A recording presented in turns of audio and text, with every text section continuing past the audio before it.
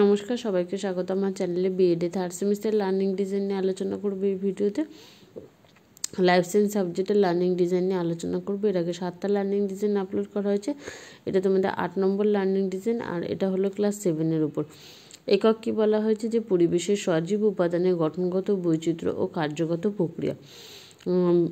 আর এর অন্তর্গত উপএকক আছে 9টা উপএকক, আর তার মধ্যে একটি উপএকক নিয়ে এই ভিডিওতে আলোচনা করব।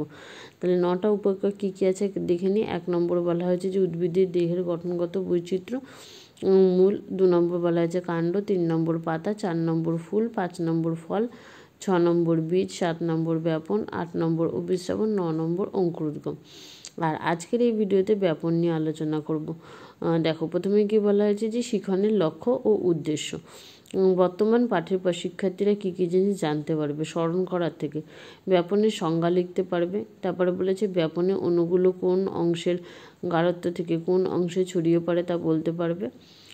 এরপরে বলা হয়েছে যে বোধমূলক থেকে তাপমাত্রা বাড়লে ব্যাপন তাড়াতাড়ি ঘটে কিনা তা বলতে পারবে। গ্যাসীয় অবস্থার চেয়ে দ্রবণে ব্যাপন ঘটে কিনা তা বলতে পারবে। তারপরে বলা হয়েছে বোধমূলকের পরবর্তী হলো প্রয়োগমূলক। প্রয়োগে দৈনন্দিন জীবনে ব্যাপনের উদাহরণ প্রয়োগ করে দেখতে ও বলতে পারবে। প্রয়োগের পরে হচ্ছে বিশ্লেষণমূলক। বিশ্লেষণ থেকে কী কী জিনিস জানতে পারবে। ফল কাটলে ছোট ছোট মাছিরা এসে ভিড় করে, এক্ষেত্রে ঘটনাটির কারণ শিক্ষার্থীরা বিশ্লেষণ করতে পারবে। তারপরে বলা হয়েছে যে পেঁয়াজ কাটার সময় চোখ জ্বালার কারণ তারা ব্যাখ্যা করতে পারবে। বিশ্লেষণের পরবর্তী পয়েন্ট হলো মূল্যায়ন। মূল্যায়ন থেকে কী কী জিনিস জানতে পারবে সেগুলো আমরা দেখে নেব। তার আগে বলবো যে এইভাবে করে দেখতে পাচ্ছ তোমরা, বাঁ দিকে প্রত্যেকটা জিনিস লিখবে এবং ডান দিকে সেই ছকের মধ্যেই লিখতে হবে কোন বিষয় থেকে শিক্ষার্থীরা কী কী জিনিস জানতে পারবে। তোমরা অবশ্যই আগের ভিডিওগুলো যারা লিখেছো তারা জানো, প্লেলিস্ট চেক করে দেখে নেবে, প্রত্যেকটা ভিডিও সেখানে পেয়ে যাবে। আর এছাড়াও লাইফ সায়েন্সের টিএলএমের জন্য আলাদা করে ভিডিও আপলোড করা আছে, সেটাও প্লেলিস্ট করা আছে, তাই তোমরা সেখান থেকে টিএলএম সম্পর্কে আইডিয়া পেয়ে যাবে।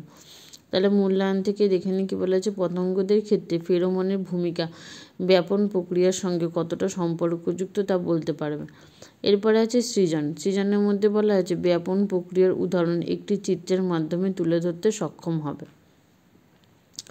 এর পরবর্তী পয়েন্ট হলো পাঠের প্রেক্ষিতে শিক্ষার্থীদের বিশ্লেষণ।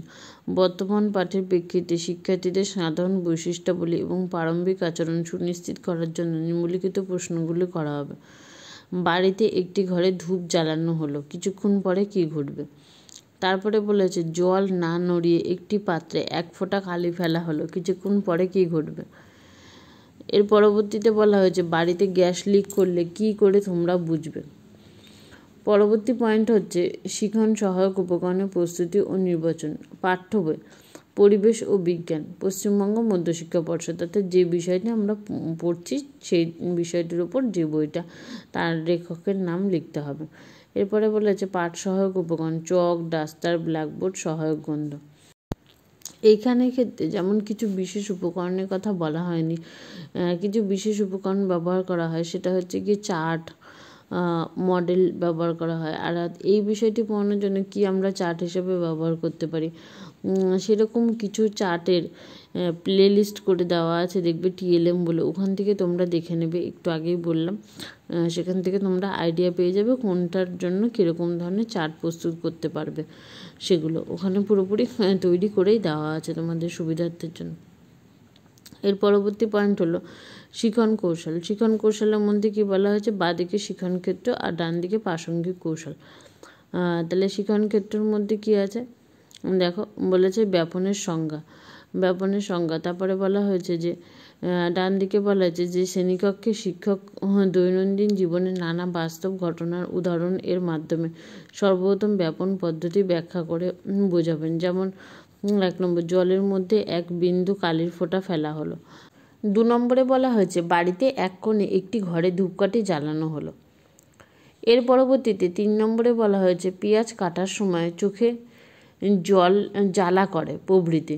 উপরোক্ত সবকটি ঘটনার ব্যাখ্যা দিয়ে ব্যাপন প্রক্রিয়াটি বোঝানো সম্ভব। ব্যাপন প্রক্রিয়ার অণুর গতি গ্যাসীয় মাধ্যম বা দ্রবণে বেশি গাঢ়ত্বের অংশ থেকে কম গাঢ়ত্বের অংশে ছড়িয়ে পড়ে কি হয়, সমঘনত্বে পরিণত হয়। একেই আমরা কি জানি, ব্যাপন হিসাবে পরিচিত।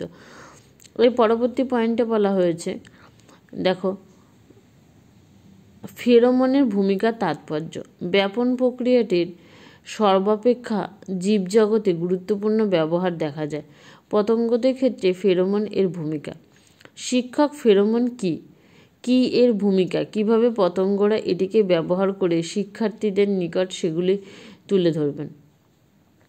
ফেরোমন বিভিন্ন প্রাণী গোষ্ঠী সহ পতঙ্গদের ক্ষেত্রে নিঃসৃত এক ধরনের রাসায়নিক পদার্থ, যা প্রজনন, সংবাদ প্রেরণ প্রভৃতি বিভিন্ন কাজে প্রাণীগোষ্ঠী ব্যবহার করে থাকে। এর পরবর্তী পয়েন্ট হলো কাজের পাথা, অর্থাৎ পুরো বিষয়টি পড়ানোর পর শিক্ষক মহাশয় শিক্ষার্থীরা কতটা শিক্ষা অর্জন করতে পেরেছে সেটা জানার জন্য শিক্ষার্থীদের উদ্দেশ্যে বাড়িতে কিছু প্রশ্ন দেবে। সেই প্রশ্নগুলো 1 নম্বর কি বলা হয়েছে, যে ফেরোমন কি। 2 নম্বর, বাড়িতে গ্যাস লিক করলে কি করা উচিত। 3 নম্বর বলেছে সাপ প্রায়ই কেন জীব বার করে। 4 নম্বর বলা হয়েছে জ্যাকবসনের অঙ্গ কী। এর পরবর্তী পয়েন্ট হলো এবং লাস্ট পয়েন্ট, দুর্বলতা নির্ণয়, সংশোধনী পাঠের প্রয়োজন। অর্থাৎ কোনো বিষয়টা পড়ানোর পর সেক্ষেত্রে যদি কোনো রকমের দুর্বলতা থাকে সেটা যাচাই করে দেখতে হবে এবং শিক্ষক মহাশয় চেষ্টা করবেন যে সেগুলো দূরীভূত করা। এই ক্ষেত্রে দেখা গেছে যে বিষয়টির আয়ত্তিকরণে কোনো প্রকার সমস্যা হয়নি। এই পর্যন্তই ছিল সম্পূর্ণ লার্নিং ডিজাইনটি। ভিডিওটি ভালো লাগলে আরও একবার বলবো যে লাইক করে দিও এবং চ্যানেলটিতে নতুন হলে সাবস্ক্রাইব করে দিও। এইখানেই শেষ করছি, পরবর্তী লার্নিং ডিজাইনে নেক্সট ভিডিওতে আবার আলোচনা করব।